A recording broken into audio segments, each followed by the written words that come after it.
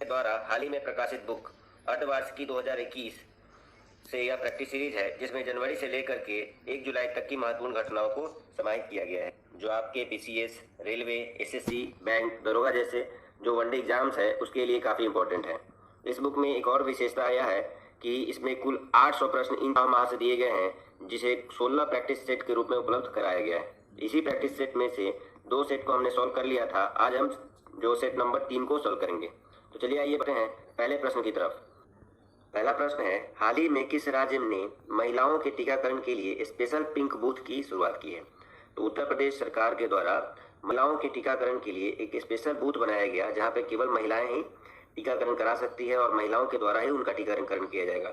तो वहाँ पे जो भी गतिविधियां होंगी वो महिलाओं के द्वारा ही की जाएगी। तो ये स्पेशल केवल महिलाओं के लिए था, इसलिए इसका नाम स्पेशल पिंक बूथ रखा गया। तो ये किस राज्य सरकार के द्वारा किया गया है? तो उत्तर प्रदेश राज्य सरकार में ऐसा किया गया है। हाल ही में कुछ दिनों पहले जो लोकसभा चुनाव हुए उसमें कुछ पिंक बूथ बनाए गए थे, जिसमें केवल महिलाएं ही जो मतदाता कर्मी होंगे और महिलाएं ही केवल वहाँ पे वोट देंगी, तो उनको पिंक बूथ वहाँ पे भी नाम दिया गया था। तो उसी प्रकार से यहाँ भी स्पेशल पिंक बूथ नाम दिया गया है टीकाकरण के लिए।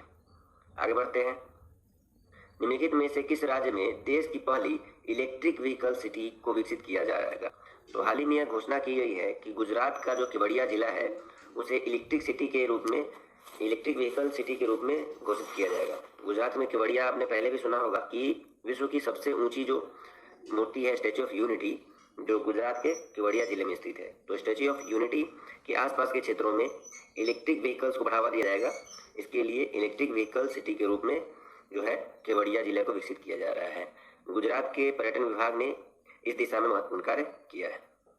आगे बढ़े हैं। हाल ही में यूएई ने भारतीय मूल के किस व्यक्ति को आबू धाबी के शीर्ष नागरिक सम्मान से पुरस्कृत किया है? तो आप जानते होंगे कि यूएई की राजधानी कहाँ है? तो आबू धाबी। तो आबू धाबी के शीर्ष नागरिक सम्मान से जो है भारतीय मूल के व्यवसायी यूसुफ अली को सम्मानित किया गया।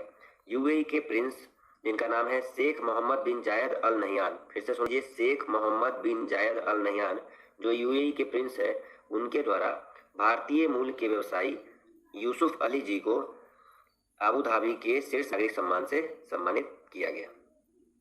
अगला प्रश्न देखते हैं। निम्नलिखित में से किस देश ने जानवरों के लिए दुनिया का पहला कोरोना वैक्सीन तैयार किया है?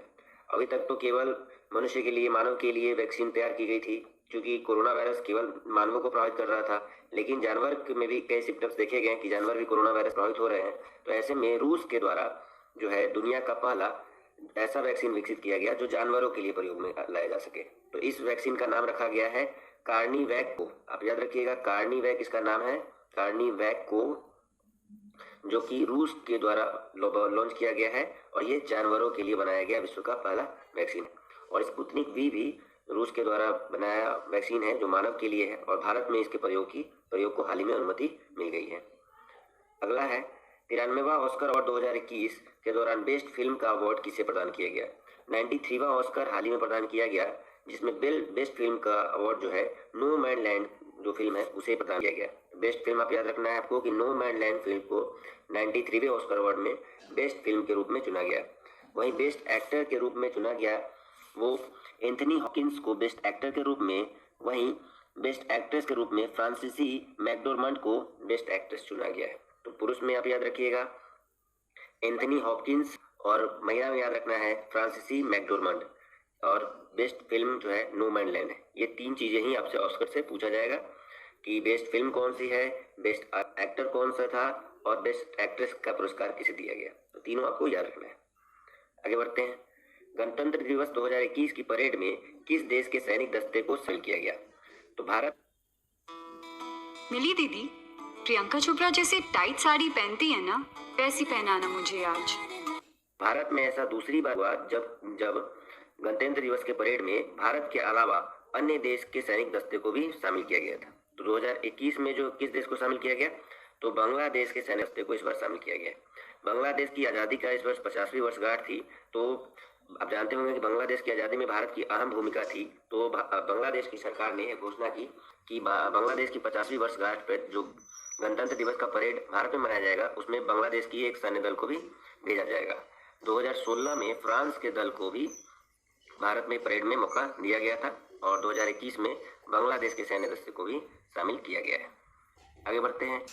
21 मार्च 2021 को मनाया गया विश्व वन दिवस का थीम है। तो 21 मार्च को पहले आपको याद रखना है कि विश्व वन दिवस कब मनाया जाता है। तो 21 मार्च को विश्व वन दिवस मनाया जाता है। वन के महत्व के विषय में जागरूकता फैलाने के लिए प्रतिवर्ष वन दिवस मनाया जाता है और इस वर्ष उसका थीम था forest restoration a path to recovery and well being. Forest restoration a path to recovery and well being theme के साथ विश्व वन दिवस 21 मार्च 2021 को मनाया गया। वनों के महत्व को आप इसी बात से समझ सकते हैं कि एक सिंगल जो वृक्ष है वो वर्ष भर में 700 केजी ऑक्सीजन प्रदान करता है और 20,000 केजी कार्बन डाइऑक्साइड को सोखता है। तो आप देख लीजिए कि वन का महत्व कितना बड़ा है कि एक पेड़ जो पूरे साल में 700 केजी ऑक्सीजन प्रदान करता है वातावरण को। आगे बढ़ते हैं। हाल ही में प्रकाशित की गई पुस्तक माई एक्सपेरिमेंट विथ साइलेंस के लेखक कौन है? तो माई एक्सपेरिमेंट विथ साइलेंस पुस्तक के जो लेखक हैं वो है समीर सोनी। समीर सोनी जी के द्वारा यह पुस्तक चिंता एवं आत्मचर्चा पर लिखी गई है। नाम है माई एक्सपेरिमेंट विथ साइलेंस। किसने लिखी है? तो समीर सोनी जी के द्वारा यह पुस्तक लिखी गई है। आपको याद होगा कि माई एक्सपेरिमेंट विथ जो ट्रुथ है वो गांधी जी के द्वारा लिखी गई पुस्तक है, जो जीके में कई बार पूछ लिया जाता है। आगे बढ़ते हैं। अगला प्रश्न है, देश का पहला बुद्धिस्ट थीम पार्क किस राज्य में बनाया गया है? तो आपको बता दूं कि पहला बुद्धिस्ट थीम पार्क जो भगवान बुद्ध के जीवन पर आधारित पार्क है उसे मध्य प्रदेश के सांची में बनाया गया है। इसे 17 एकड़ में बनाया गया है। आपको ये भी याद रखने की जरूरत नहीं है कि कितना एकड़ है, बट आपको बस जानकारी के लिए होनी चाहिए कि पहला बुद्धिस्ट थीम पार्क कहाँ बनाया गया है। तो मध्य प्रदेश के सांची में। सांची वर्ड से आपको याद हो रहा होगा कि सांची किस लिए फेमस है। तो सांची जो है अपने स्तूपों के लिए फेमस है। तो सांची में कई स्तूप बनाए गए हैं। आप पहले भी जानते होंगे कि 200 रुपये का जो नोट है उस पर जो पीछे फोटो बनाई गई है वो सांची के स्तूप के ही है। आगे बढ़ते हैं। जनवरी 2021 में भारत ने किस देश के साथ सौर ऊर्जा के क्षेत्र में सहयोग को बढ़ावा देने के लिए समझौता ज्ञापन पर हस्ताक्षर किया? तो जनवरी 2021 में भारत और उज्बेकिस्तान ने एक MOU साइन किया जिससे कि दोनों देश मिलकर सौर ऊर्जा के क्षेत्र को बढ़ावा देंगे। वर्तमान समय में भारत एवं अन्य देश नवीकरणीय ऊर्जा को बढ़ावा दे रहे हैं जिसमें सौर ऊर्जा की सर्वाधिक भूमिका है। तो सौर ऊर्जा के लिए भारत और उज्बेकिस्तान ने हाल ही में एक समझौता किया है।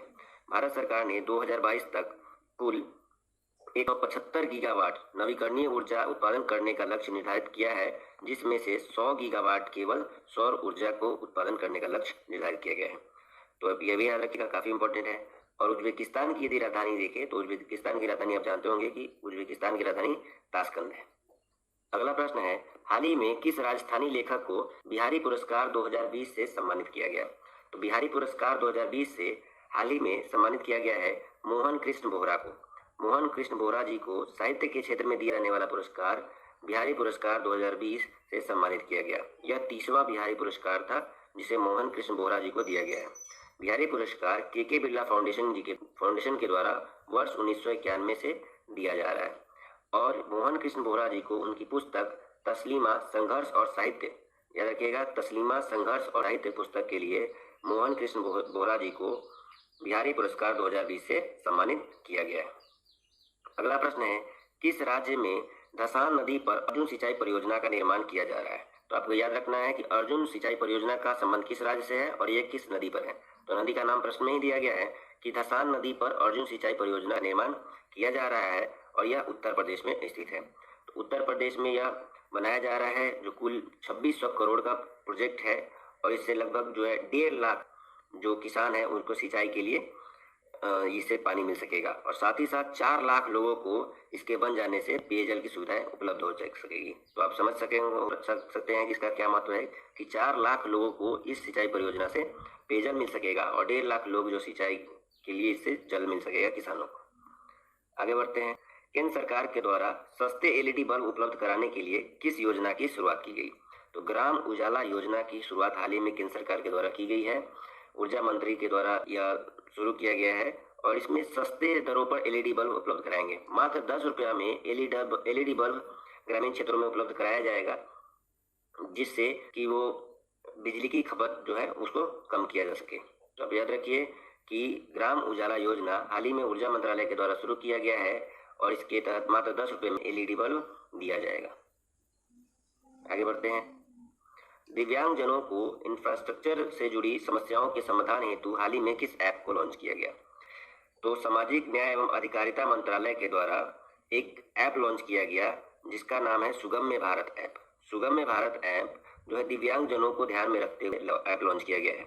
यह ऐप वैसे व्यक्तियों जैसे कि जो दिव्यांग है उनको किसी परिवहन के साधन में या किसी बिल्डिंग में चढ़ने में या ऐसी कोई समस्या का सामना करना पड़ता है तो उस समस्याओं को उस ऐप के माध्यम से वो रखेंगे और उसका निदान उस ऐप के माध्यम से किया जाएगा। तो दिव्यांगजनों को इंफ्रास्ट्रक्चर से जुड़ी समस्याओं के समाधान हेतु सुगम्य भारत ऐप को लॉन्च किया गया है सामाजिक न्याय एवं अधिकारिता मंत्रालय के द्वारा। वर्तमान में सामाजिक न्याय एवं अधिकारिता मंत्री वीरेंद्र सिंह जी है, तो आप याद रखिएगा। आवास एवं शहरी मामले मंत्रालय द्वारा हाल ही में जारी नगर पालिका प्रदर्शन सूचकांक 2020 में किसे प्रथम स्थान प्राप्त हुआ? इसे थोड़ा ठीक कर लीजिएगा कि नगर पालिका प्रदर्शन सूचकांक 2020 हाल ही में जारी किया गया आवास एवं शहरी मामले मंत्रालय के द्वारा।